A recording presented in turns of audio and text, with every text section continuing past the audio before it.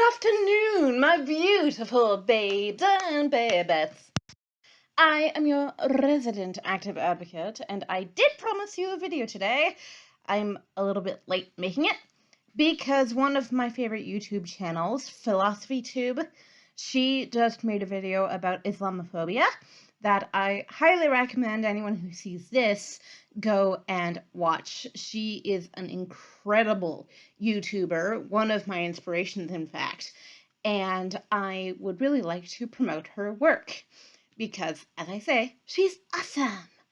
However, today we, on this channel, shall continue our discussion of the IASR and what it means for people with disabilities living in Ontario. Alright, so today, because I'm skipping around, we are going to talk about the first half of the customer service standards. I don't have time for the whole thing today. You don't want to sit through the whole thing today. Trust me. So I have marked the point at which we are going to stop. I will continue with this on Tuesday of next week. Monday is Canadian Thanksgiving. It's different from America. I know, we're weird, I guess, whatever. But my mother has a day off. My dad also might. So I will be spending the day with my familia. All right, so customer service standards, says the big heading at the top. And I already fixed the font, so I'm not going to have any trouble reading this. Woohoo. All right, scope and interpretation. 1. The standards set out in this part apply to obligated organizations that are providers of goods, services, or facilities. 2. In this part, a reference to a provider is a reference to an obliged organization as a provider of goods, services, or facilities, unless the context requires otherwise. So this is what I was talking about yesterday. Define your term before you use the term. Makes sense to me. 3. In this part, guide dog means a guide dog as defined in Section 1 of the Blind Persons Rights Act. I might have to read that. Maybe just for myself, not make a full series about it. But that could be interesting because I am visually impaired. I have friends who are fully blind. And a lot of them do have guide dogs. Cool. All right. Service animal means an animal described in subsection 4, animal d'assistance. Okay, sorry, this is just the French part of this because this is a Canadian document. Support person means in relation to a person with a disability. Another person who accompanies him or her in order to help with communication, mobility, personal care, or medical needs, or with access to goods, services, or facilities. All right, 4. For the purposes of this part, an animal is a service animal for a person with a disability if A. The animal can be readily identified as one that is being used by the person for reasons relating to the person's disability, as a result of visual indicators, such as the vest or harness worn by the animal, or B. The person provides documentation from one of the following regulated health professionals, confirming that the person requires animals for reasons relating to disability.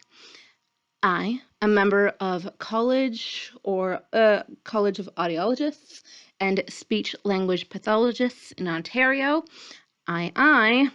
Sorry, these are Roman numerals. I'll just say 1, 2, 3, etc. Okay, so 2, a member of the College of Chiropractors of Ontario. 3, a member of the College of Nurses of Ontario. 4, a member of the College of Operational Therapists of Ontario. 5, a member of the College of Optometrists of Ontario. 6, a member of the College of Physicians and Surgeons of Ontario. 7, a member of the College of Physiotherapists of Ontario. 8, a member of the College of Psychologists of Ontario. 9, a member of the College of Registered Psychotherapists and Registered Mental Health Therapists of Ontario. Blah, blah, blah, blah. Okay, that was a mouthful.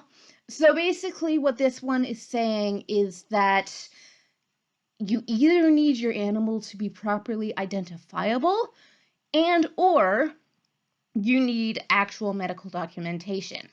Now, the second half of that, I think, kind of treads on the toes of standards that we have discussed before. For example, I have made a point of noting that a person does not have to disclose their particular disability, the name or their diagnosis, to their employer in order for that disability to be accommodated for.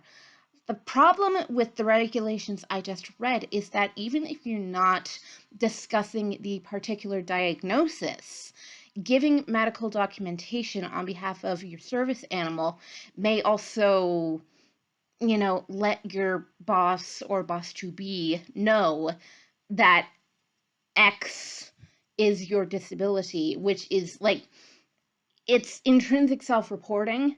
It's it's a way of self-reporting that you don't necessarily want to have to do. And I don't know how much I like that. I may also be misunderstanding it. That's a definite possibility.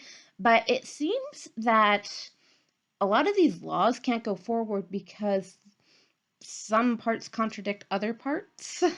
I don't know if that's a fair analysis, but I don't know. It feels that way to me. It smells fishy, shall we say. By the way, I'm really, really warm. I shouldn't have worn such a big sweater, but it's cute and it's new and I like it. All right. Establishment of policies. 1. In addition to the requirements in Section 3, every provider shall develop, implement, and maintain policies governing its provision of goods, services, or facilities, as the case may be, to persons with disabilities. 2. The provider shall use reasonable efforts to ensure that the policies are consistent with the following principles. 1. The goods, services, or facilities must be provided in a manner that respects the dignity and independence of persons with disabilities. Do not grab on to the end of my cane to direct me where you want me to go. Don't do that. I have had friends that has happened to, and that is not how you do sighted guide, A. B, that's actually incredibly condescending. If you want to know how to do sighted guide, then this is just an example because, visual impairment or blindness, that's only one kind of disability that you could have going into a business, okay? But if you want to know how to do sighted guide properly, ask the person first before touching their body, for one thing. For another, offer them your elbow. They will take your elbow, and then you steer them in the right direction. We can follow the movement of your body, okay? So don't hold our hand. Please don't grab our cane. So on and so forth. That's just one example. As I say, there are many different ways that you can do this wrong. There are many different ways that you can do this right, because there are so many different kinds of abilities and disabilities within those disability categories, So, yeah. Same goes for people using wheelchairs, by the way. I am a part-time wheelchair user. I like to brand myself because I can't walk very long distances. And it's usually, it's always pretty much someone I know pushing my wheelchair. So that's fine. But one thing I've definitely noticed going into businesses, they don't make them actually wheelchair accessible. You try going into the clothing department at Old Navy, for example, and be in a wheelchair or even a stroller. You could have a young child or you could be a young child. Hi, by the way, if you are. And, strollers are difficult to navigate. Wheelchairs are difficult to navigate. And we could do a lot better in that regard. Just saying. All right. Okay, cool. 2. The provision of goods, services, or facilities to persons with disabilities must be integrated with the provision of goods, services, or facilities to others, unless an alternative measure is necessary, whether temporarily or on a permanent basis, to enable a person with a disability to obtain, use, or benefit from the goods, services, or facilities. Equality, equity, nothing about us without us. Thank you. Moving on. 3. Persons with disabilities must be given an opportunity equal to that given to others to obtain, use, and benefit from the goods, services, or facilities, i.e., your building needs to be accessible for people to even get in off the curb, okay? If we're going back to the dignity angle, by the way, I have noticed, and other wheelchair users have noticed, the wheelchair accessible entrance is usually at the back of the building near the garbage cans. That and the fact that I have been to places where they will have a ramp, but the button on the door to make the door open automatically might not be enabled, in which case your building is inaccessible. What if I'm on my own? I can't open the door and back my wheelchair up and keep the door open and push my wheelchair in. Okay? Can't do it. Because I don't have a motorized wheelchair, for one thing, but for another, that's ridiculous.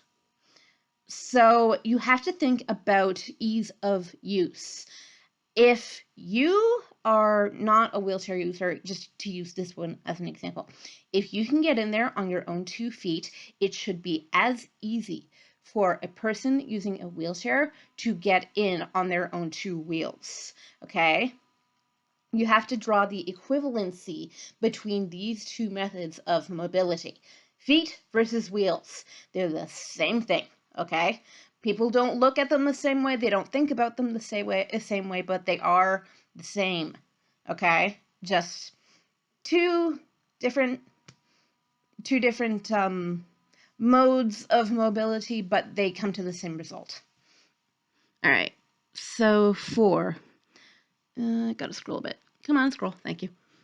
When communicating with a person with a disability, the provider shall do so in a manner that takes into account the person's disability. For the love of all that isn't holy, don't speak to the person's guide person, shall we say. Don't speak to the person who may be accompanying the person with the disability. Speak to the person themselves. And even if this is actually a bit of a tricky one because people don't know this, but I'm going to tell you, even if the person is using an ASL interpreter, you speak facing the deaf person or the hard of hearing person, okay? And then their interpreter will interpret to them and also interpret back to you. But you face the person with the hearing impairment when having conversation with them. Likewise with the wheelchair user.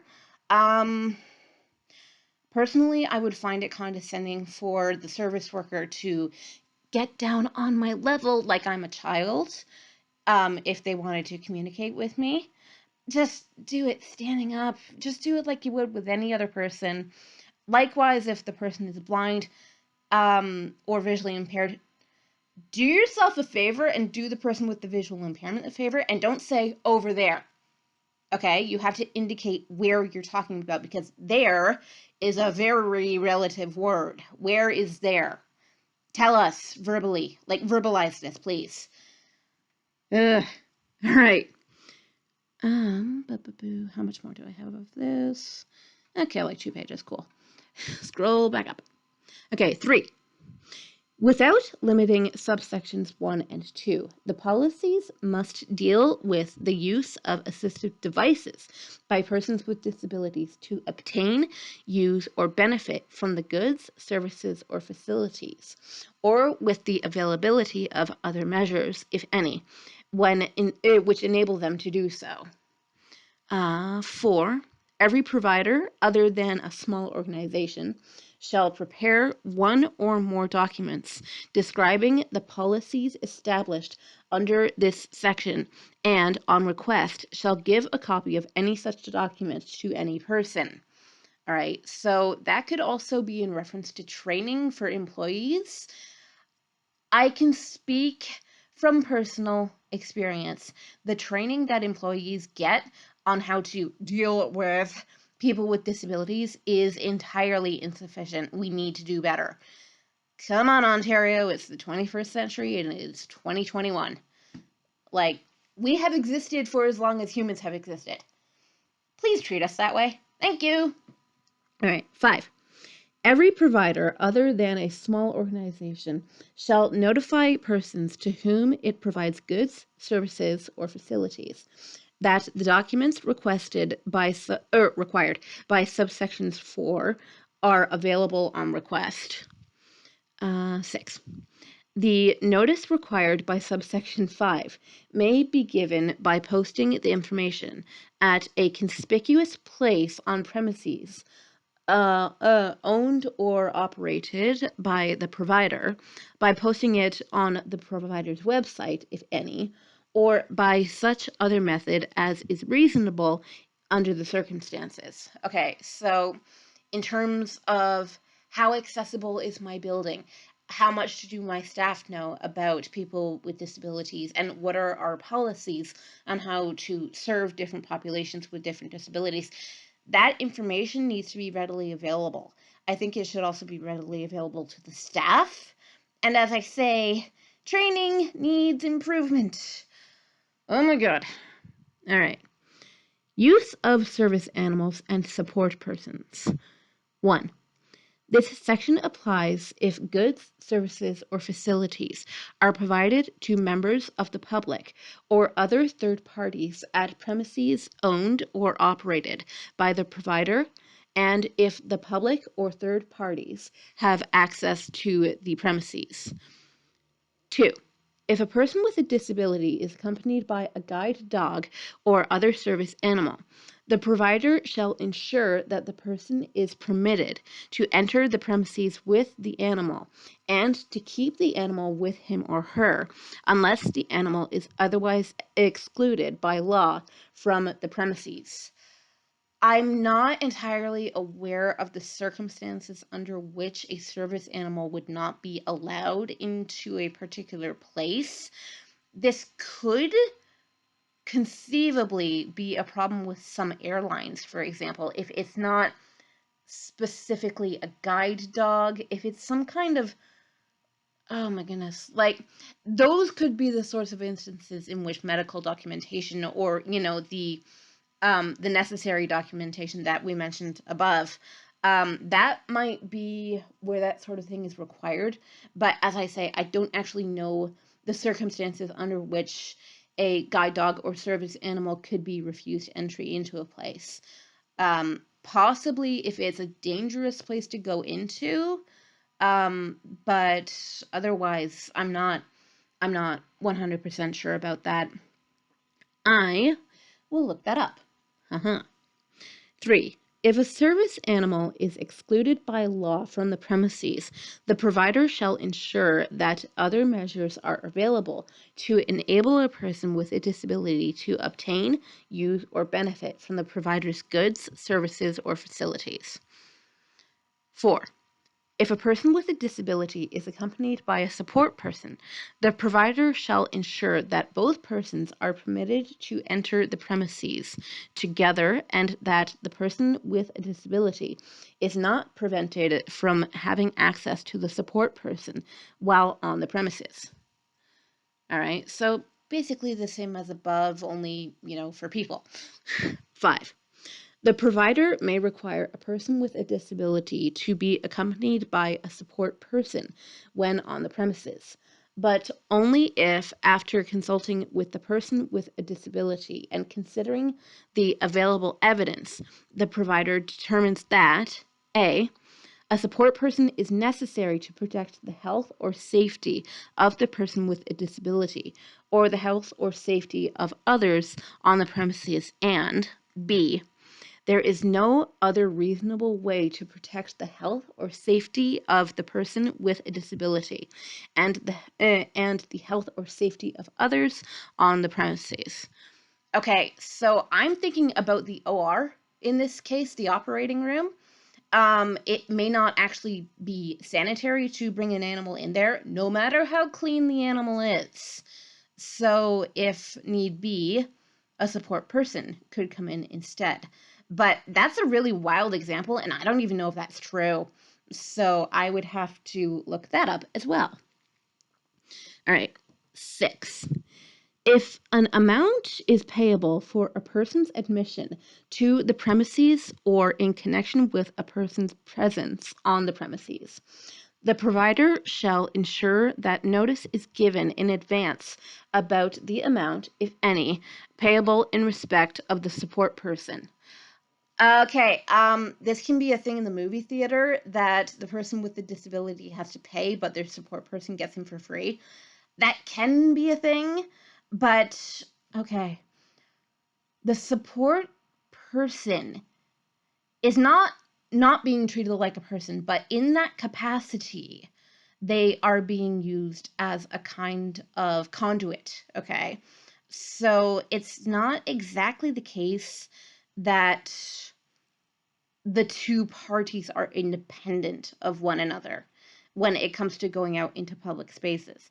So there are definitely arguments to be made for the person with the disability having their service person getting in for free or getting in for free themselves while the service person pays, combinations. But I don't think it's exactly a violation of human rights to charge for that kind of thing, but it ought to be, I think, because it's like in their capacity as my helper, they are being used as a tool. It's not to deny the humanity of the person providing the service, the guide or so on and so forth, the interpreter. But at the same time, they are a necessary part of going out and having a real life. So, yeah, that's more or less my view on that, is that people providing services of that kind should not have to pay to get into places, but I am a dyed-in-the-wool socialist. Okay, 7. If, under subsection 5, the provider requires a person with a disability to be accompanied by a support person when on the premises, the provider shall waive payment of the amount, okay, good, if any, payable in respect of the support person's admission to the premises or in connection with the support person's presence on the premises. That's self-explanatory. Awesome. 8.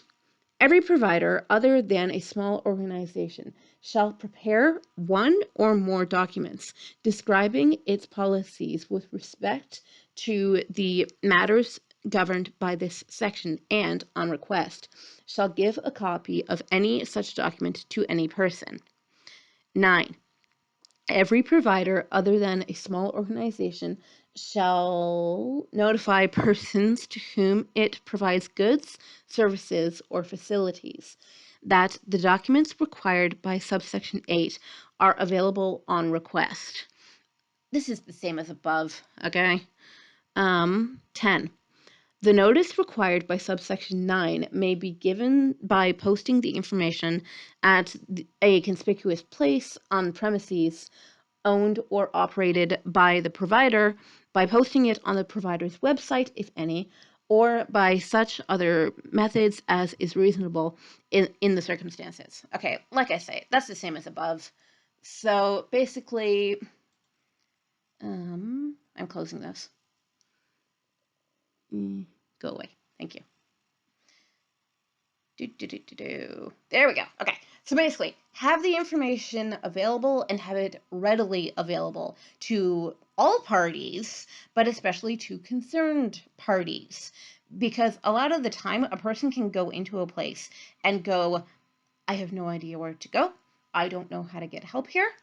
And it's not necessarily the case that a person should go up to a person who is visibly disabled, because remember, a lot of disabilities are not visible. I actually don't know because my own vision is not good enough, but from a distance, I don't know whether I am visibly disabled if I'm going on without my cane. However, even if a person is not visibly disabled, there are regulations regarding people with disabilities when they are out in public and in need of necessary services, like groceries. Not necessarily the case that you automatically should go up to the person with the disability and say, how can I help you? Can I help you? Are you okay? Do you need anything? La-di-da-di-da, right? Because that is also a form of infantilization, but it should be known that the capacity to get help in that particular place or for that particular service is available and readily available too.